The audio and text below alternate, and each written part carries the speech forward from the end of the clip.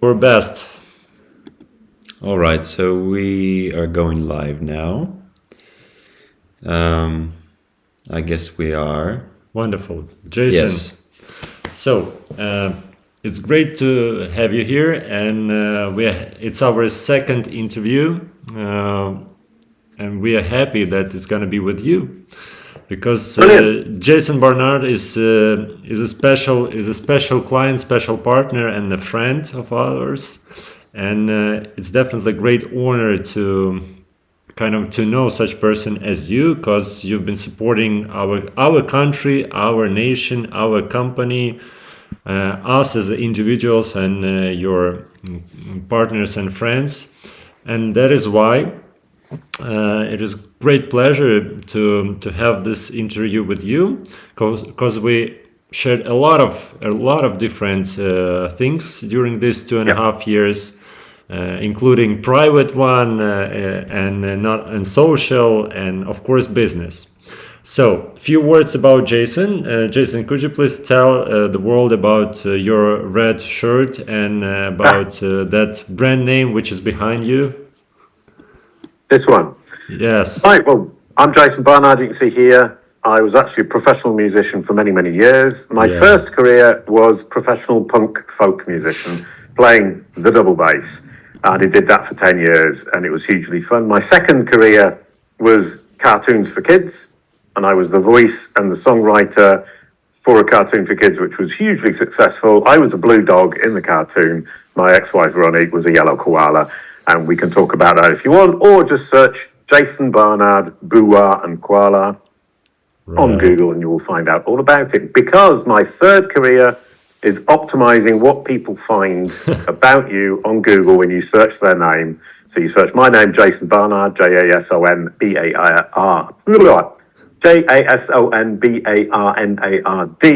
and you will find everything you need to know about me, including the Blue Dog, the punk folk musician group, and my digital career today with Kalicube. Indeed, wonderful. And just can you tell what does the bird mean on your brand? Because there was koala, now it's a bird. Very good point. Dogs, koalas, and falcons. The falcon is a powerful bird that flies and swoops and masters the skies, which is what we do at Kalicube. We fly, we swoop, we master the skies, but we're colourful and friendly and fun and courageous and smart, just like the falcon. Intelligent and kind. And kind. That's the blue dog as well. And I just realised that Kalicube is a rebirth of Bua. Right, indeed. Because Bua is the kind, gentle, generous friend of Koala, who is showing Koala a world of which she is afraid, explaining it to her in a way that helps her to understand and not be afraid of this hugely, hugely scary world that she's faced with as a small child. And Kalicube does that for our clients and for the rest of the world, helping everybody to not fear Google, to understand that Google's a child and we can educate it, that we can guide it. And so we're here to reassure the world that they can be self-determining in terms of what these machines, all of them, Google, ChatGPT, Facebook, Apple, all of them, we can educate and guide them so they say what we want about ourselves. No need to be afraid. Oh, that's great. So we can start from here, and just a few words as our mindset. It's kind of similar, and our mission is quite similar to what you do. Just the landscape is a bit different. Your landscape is Google search and other things that helps to maintain your let's say individuality in online, and our mission is to guide people who run business online on the Western market, so smoothly and with pleasure, and not with that pressure of all the regulations and stuff. So basically that's what we do. We're helping people, both of us. I mean our teams, yours and ours. And maybe that is why we're working with you, because working with you the last couple of years, I feel that I have somebody who has my back on something I don't understand and that I find scary and honestly really boring. But that's my personal opinion. It's boring. Sometimes it's boring. But having somebody or knowing somebody who knows what they're talking about, who really understands that they have your back is hugely important. And that's what we do at CaliCube. That's what you guys do. And from my perspective, it means that I can relax and get on with my job and know that you're going to figure out the legal aspects and I don't need to worry about it. Oh, that's great. That's a great feedback. Indeed. Thank you very much. Thank you, Jason. And it's true. I sleep well at night. Oh. Basically, to sleep well at night is very dramatically important. We truly know that. We're both in Ukraine, in Kyiv, so we know the value of a good sleep at night.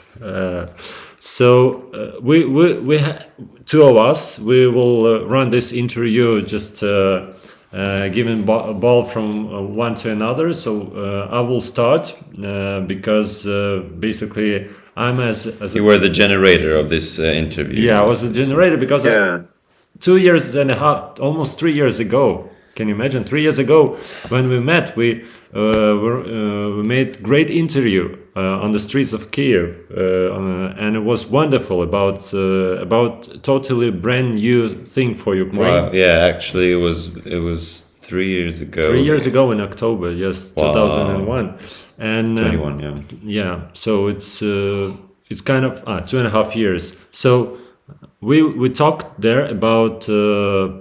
I would say advanced approach to Google. I would call it this way. How you need to do it more profound, more kind of mature, and how it can help you with your business.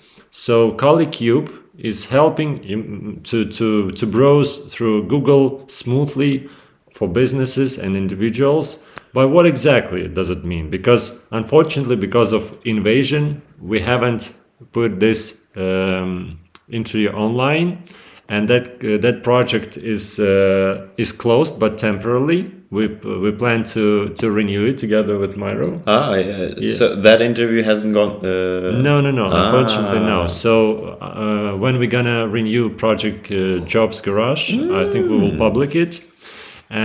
So the point is, 3 years have passed already. Almost 3 years have passed, and let's talk about SERP and maybe some other things that already have been added to these things, to this industry. Tell us a few words. Why is it important, and why CaliCube helps really in this matter? Well, why it's important is something I've been thinking about for 12 years, and I started off with Google as your business card, with the idea that if somebody searches your name or your company name, what Google shows will affect how people perceive you. Then I started thinking, what Google shows is its analysis, its perception of the world's opinion of you. So more than just a representation of you to your bottom of funnel clients when they're Googling your name, which they all will at some point, Google is an insight into what's wrong with your digital strategy, your digital ecosystem. Because if Google is representing you incorrectly or not as positively as you would like, it's an immediate sign that either your digital marketing strategy is not correct or Google isn't seeing what you're doing. And since Google sees everything, it means Google isn't understanding what you're doing. So what we now realize at CaliCube is that we can take it as a business card, as the last step before converting that people will search your name. Right. And we need that representation to be as positive as possible. But also, we can learn from Google what we're doing wrong. Then we can start putting it right. Even so. That's interesting perspective. But yeah, and that's the beauty of it. We're learning from Google what we're doing wrong. From that, I can analyze and figure out exactly what needs to be done across the entire internet, including your website, but also LinkedIn, your PR, if you're on Forbes.com, your reviews, your awards, how you're presenting yourself both to Google and to your audience, and start to set that right. And what then happens is you correct your entire digital ecosystem so that it's clear, consistent corroboration of who you are, what you do, who you serve, and why you're a credible solution. That then means that everywhere you're standing online, you're standing exactly where your audience is looking. You're making sure that you're offering them the solution to their problem in the place where they're naturally hanging out on YouTube, on LinkedIn, on Forbes.com, wherever it might be. You're inviting them down the funnel. Google then sees that, understands that you're making the right offer to the right people at the right time in the right place, and it will then reflect it in the search result for your name. Because that search result for your name will become perfectly accurate, perfectly positive, and perfectly convincing. Then it becomes a great business card. But the business card is just the wrapping paper, because what you've done is absolutely mastered your funnel. Every touch point your clients find you on across the web is perfect. The right solution for the right person at the right time. And on this way, making it perfect in Google, have you come across some challenges with Google guidelines? Are you coming across them now permanently, or you just found a way how to bypass them? That's a lovely question, because Google's guidelines are there to say, play honestly. So Google has this huge dominance of the search market. It's Google's game. Google make up the rules. We have no choice. So we can't say, well, I don't like the rules, I'm not going to play this game, if we want to play the Google game.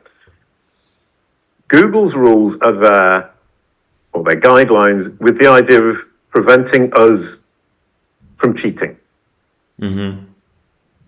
So we never actually get into any trouble with those guidelines, because we're simply serving the user, our audience, and then packaging that service that we're giving in a way that Google can digest and understand. And that's how we get it to represent us properly.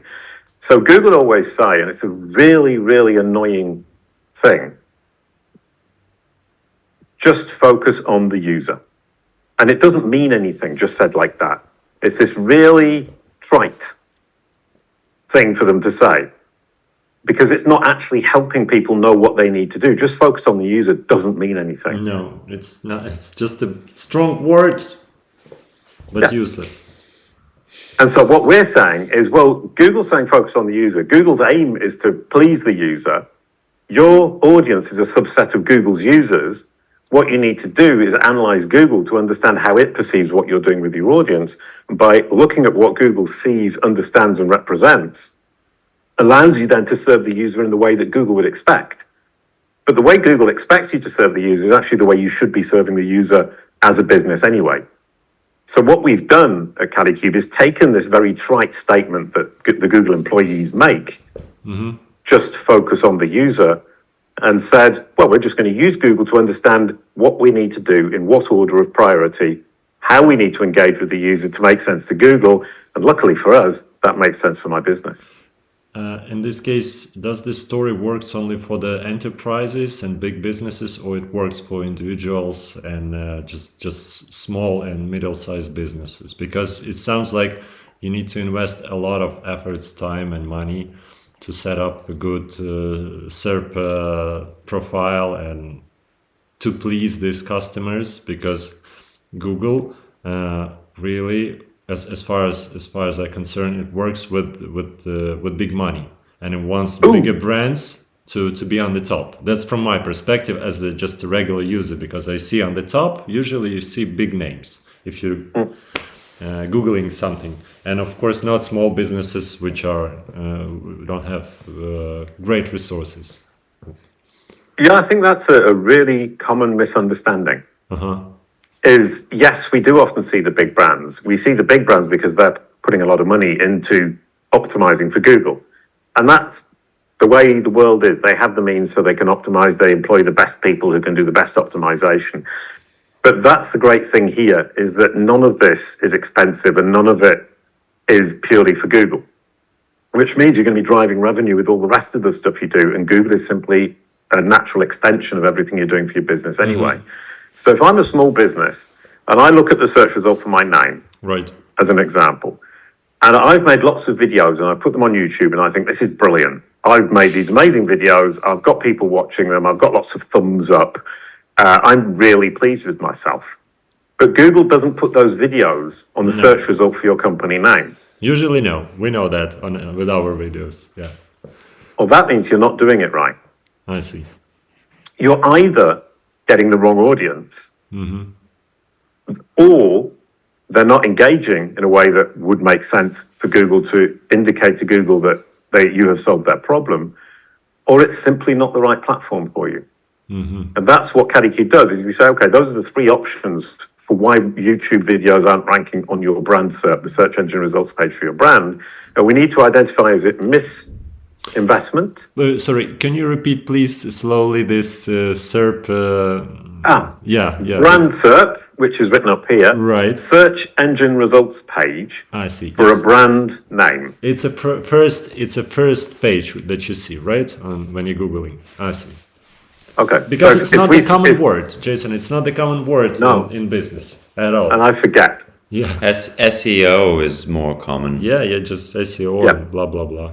But actually, even when people use SEO, usually they misspelling it and say CEO as the chief executive officer. So even here there is a mess.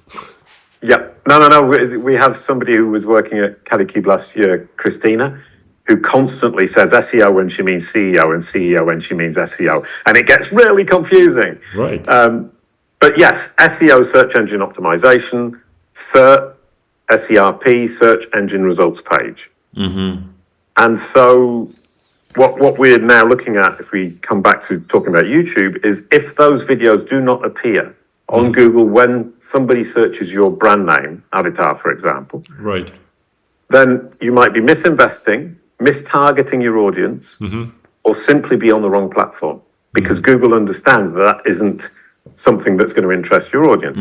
And one thing that always confused me and now doesn't is that I didn't understand how Google could understand at the tiny volume of searches we'd get for Avatar or CaddyCube or Jason Barnard compared to the whole world, how it could understand what it should be showing. And it does it two ways. One is it tracks the clicks and the mouse movement on the page. Google have often said they don't do that, but in fact they do. They just do it in a way that allows them to tell a white lie, let's say. But they also use cohort analysis. And cohort analysis sounds complicated, but it actually just means they identify which group you belong to. And they use the cumulative information for that group to predict what should be happening. So it's a mixture of which group you belong to, plus your own content, how people are engaging with your content on the different platforms and how Google perceives that, plus how people interact with the search engine results page for your name. So that's three triggers that will allow Google to understand what results, what information is going to be valuable, helpful, and useful to your audience when they're searching your name. And as you can see, I'm talking about a very simple thing, which is one search engine results page for your name. Right. And I've already managed to talk about your entire digital ecosystem, how Google functions, how the internet functions. And at CaddyCube, we're saying we have solved digital marketing, but I would go further than that and say we have solved digital.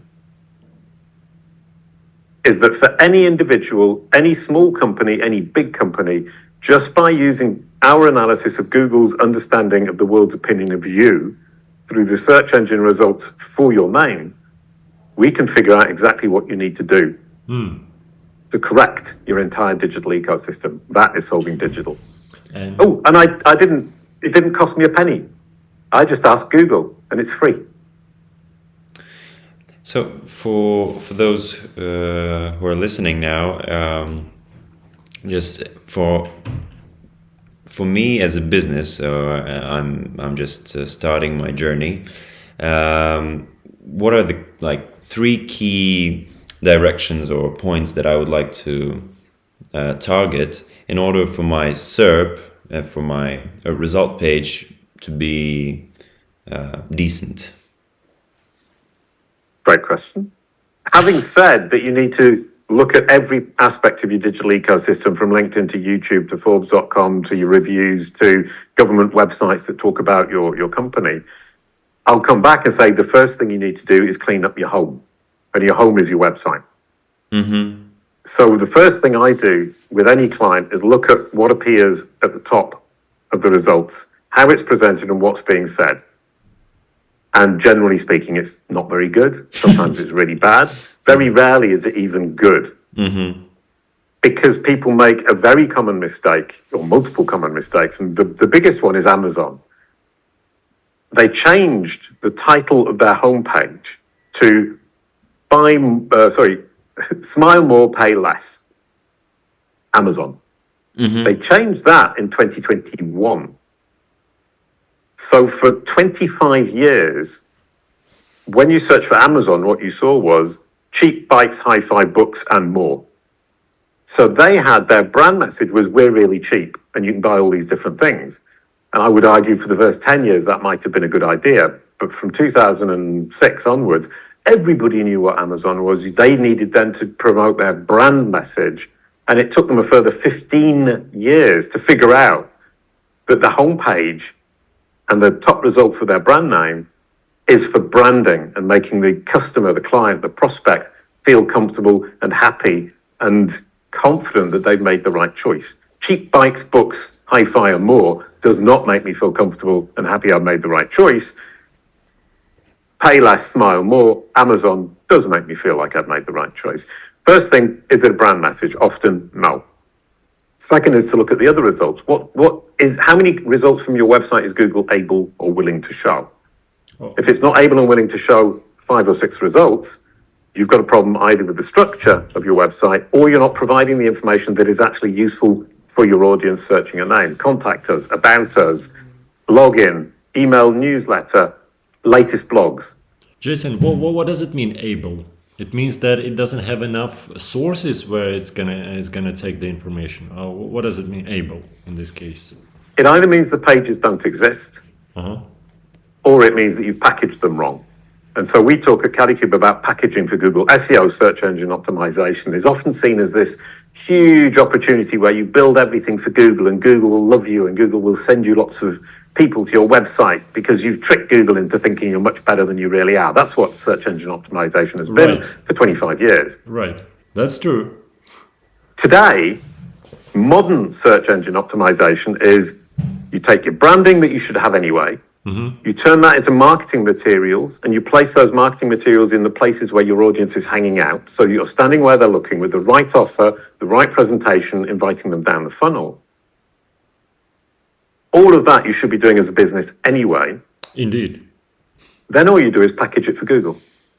All you need to do is take the things you should be doing as a business anyway, package it for Google so Google can understand what it is you're offering, why you're such a great solution, and that it can present that information on its search engine results pages. So SEO is just packaging for Google. And there are people in the SEO industry who don't like me very much for saying that. SEO isn't very important. It's simply an extension of your branding and your marketing packaged for Google.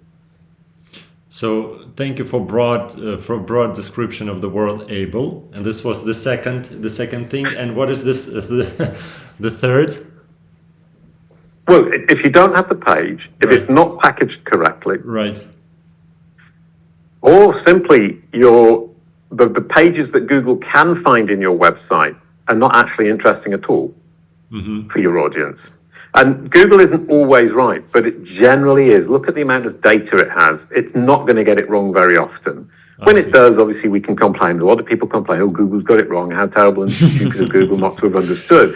The truth of the matter is, generally speaking, let's say 95% of the time, you've got it wrong because you're presenting it wrong, you're packaging it wrong, or you're giving the wrong information that your audience simply aren't interested in. And I'll give you a really quick example. We've got a client called UBG, and they do eSIM data plans. So it's the SIM card you've already got in your telephone when you buy it.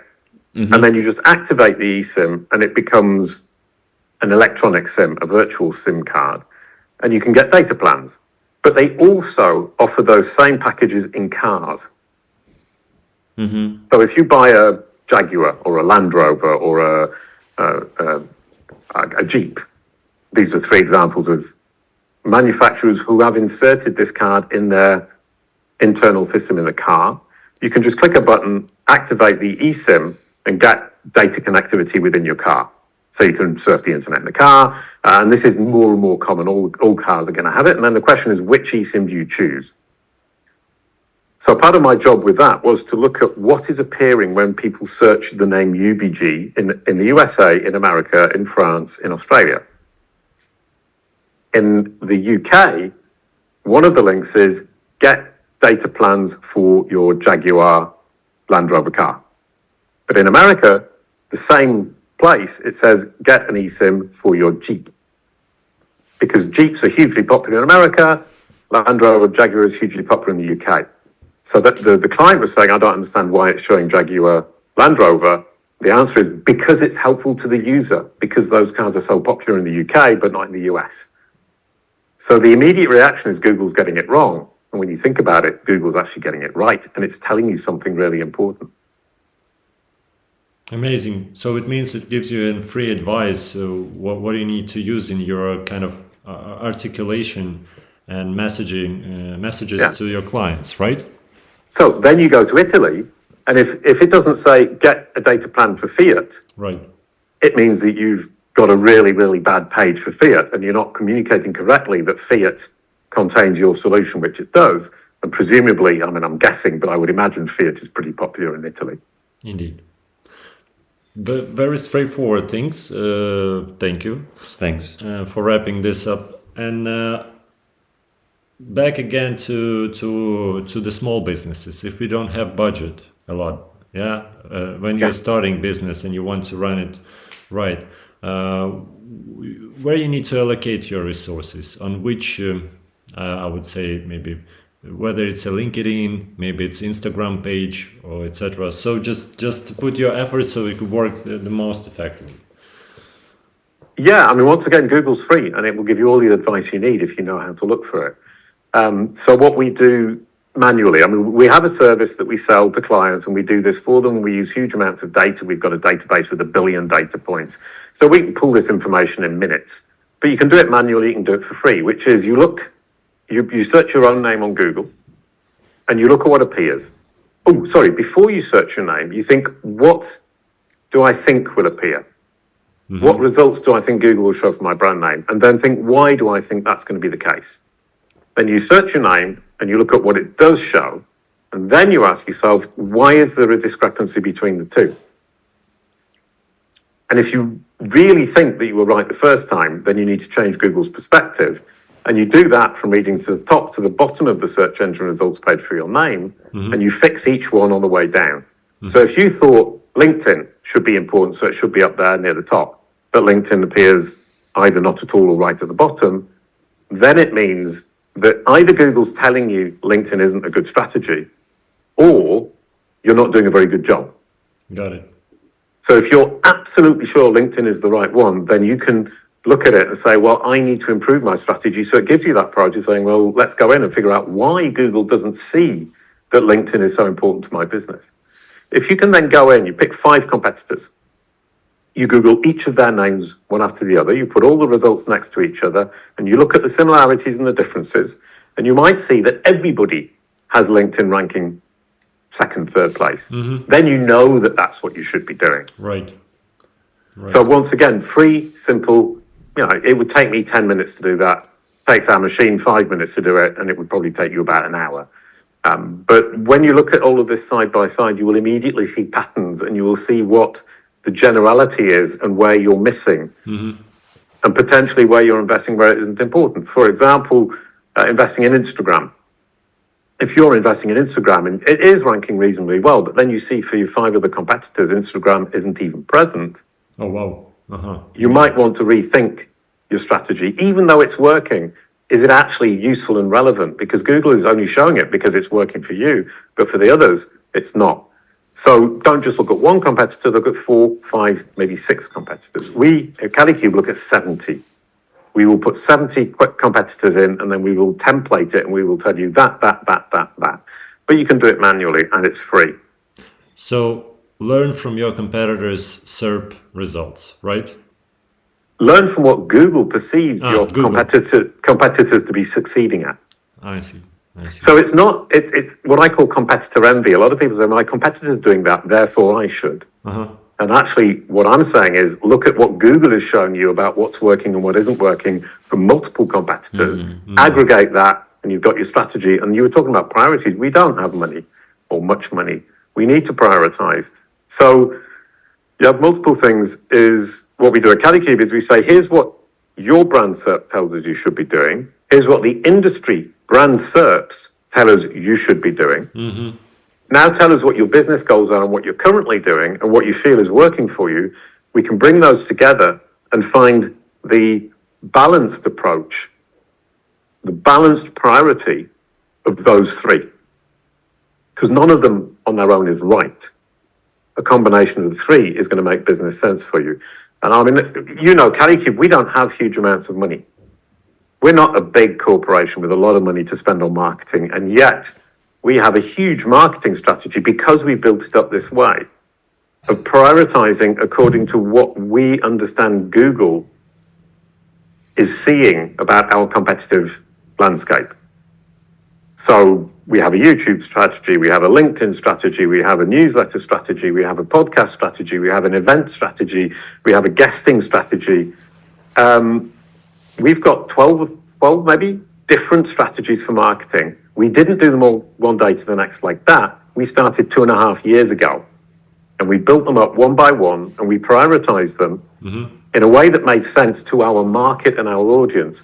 And you know, we've doubled in revenue the last 2 years. True. How much of that comes from Google? Maybe 10%. Everything else comes from LinkedIn, YouTube, podcasts, events, guesting, conferences. So we would appear to be a search engine optimization company because we talk about Google a lot, but actually search engine optimization and Google bring us very little. But what it does bring us, and this is an interesting point, is recognition and authority. Because when somebody finds us on LinkedIn, then they see us on YouTube, they then search our name, they then search around the topic, and they keep seeing this red shirt. And they come to us and they say, well, you're obviously the person, and CaliCube is obviously the company for this, because we keep seeing you everywhere. And when we looked on Google, Google appeared to be recommending you, which is what it does.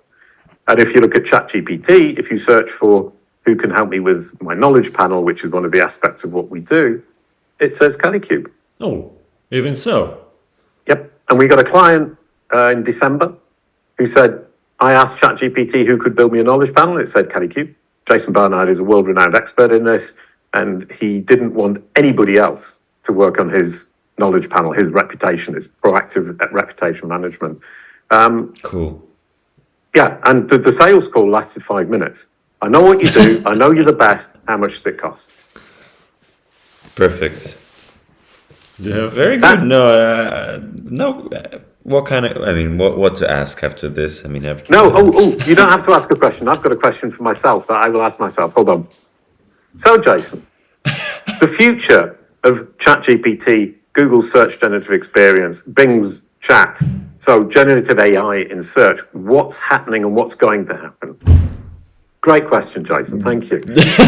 Oh, it's so good to have such a wise person to wise ask person in questions. front of you. Yeah. Well, the fact that we got this client through ChatGPT and ChatGPT saying basically it's a no-brainer, mate, CaliCube and Jason BARNARD, comes to what Google and Bing call the perfect click. That's what they want to get. They want you, the user of Google or Bing, the perfect click that when you click on it, you already know what you want to buy, Wow. who you want to buy it from. So you're going to go to the page and you're going to convert. Wow. And that's what we got with ChatGPT, the perfect click. And Fabrice Canal, who builds BingBot, told me that's an official internal term of what we're looking to achieve at Bing, Microsoft, the perfect click.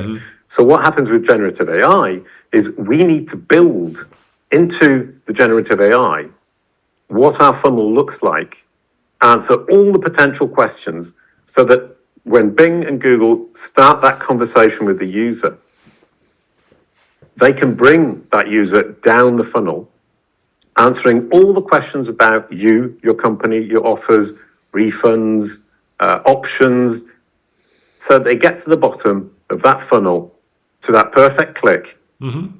and they have reproduced your entire funnel, but it's them doing it independently, recommending you. So when they click, they're not clicking to read your page to be convinced, they're clicking to convert because they've already been convinced by the generative AI on the way down the funnel, convinced by a trusted third party, Google or Bing or ChatGPT.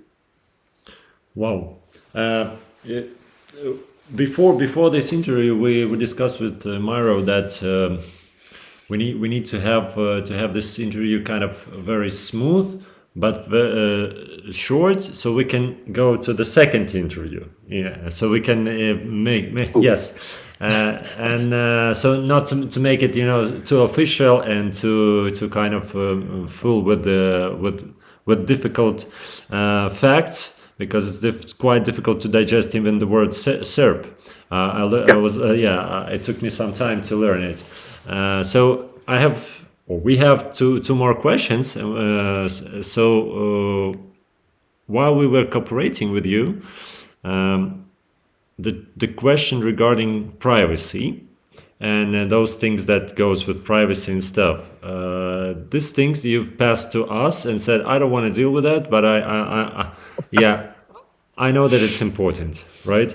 I don't want to deal with that. Please help us with this.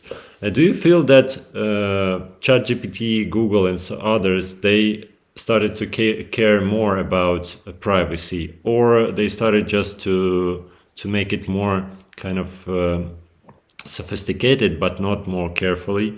This is the one question. And the second one, do you feel that Google and ChatGPT knows so much that they can manipulate us with this privacy data and stuff? So, what is it? Well, the privacy question is, you give away the data that you choose to give away.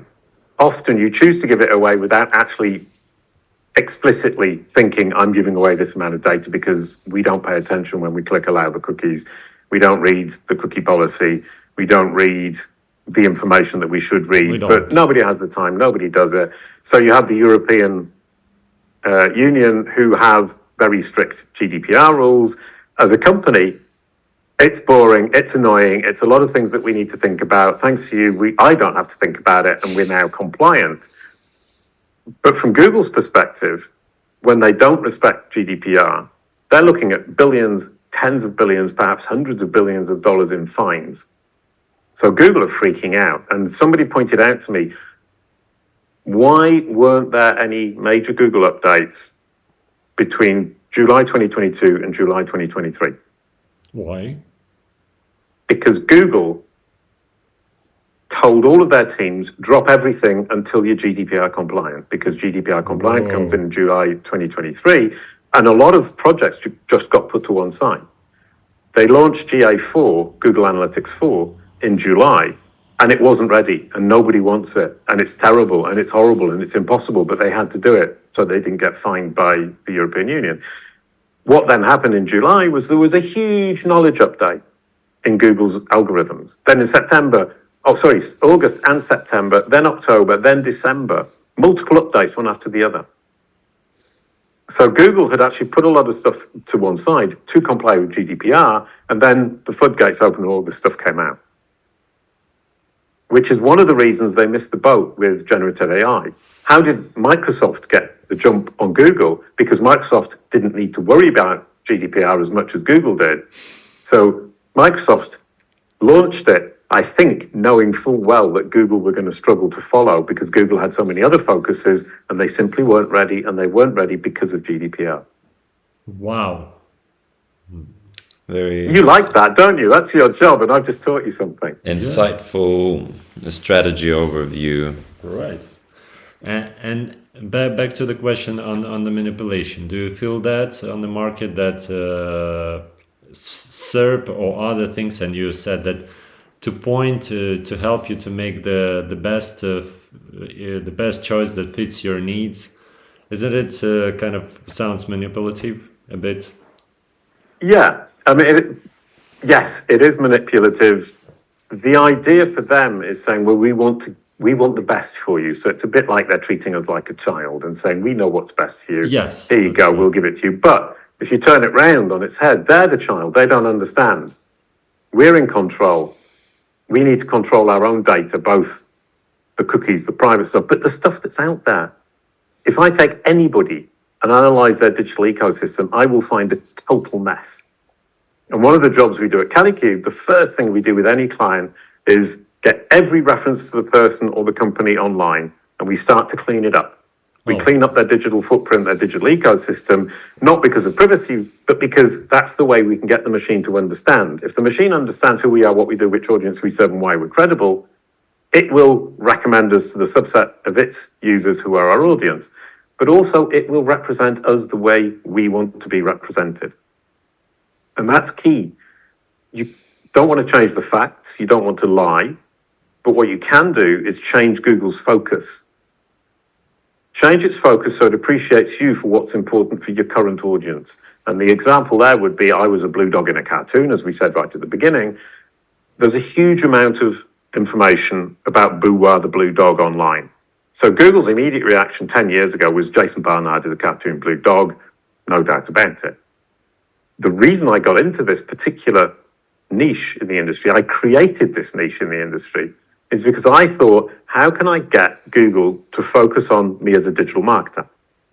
And I realized very quickly, the weight of evidence out there is the blue dog. What can I do to reduce the focus on the blue dog without removing any information about the blue dog and increase the focus on the digital marketer? And that's a question of creating the right content in the right places for the right audience with the right offer. Suddenly I'm doing business, but I'm not doing business on Google. I'm doing business on all these other different platforms. And Google is simply reflecting the fact that I'm doing good business. You convinced us that I feel that you convinced that we need to look at once again, we're looking at our SERP avatars page every month, or maybe even more often, but once again, we need to take a look at our SERP and our individual SERP. Because it's like to go to the doctor, to the dentist. You need to check your SERP from time to time on a regular basis, and then go to the Dr. Jason BARNARD.